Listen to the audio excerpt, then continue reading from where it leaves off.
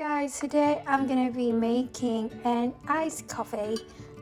So this is what I got. It's a coffee instant, and I got sugar.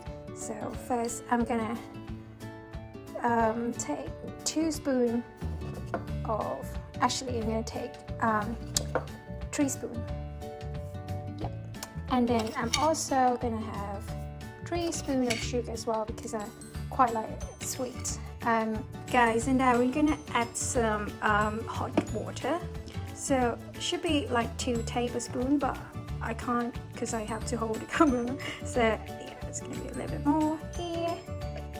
Guys, and now we come to the funniest part of making this iced coffee. So basically we have to whip it until it's come really thick.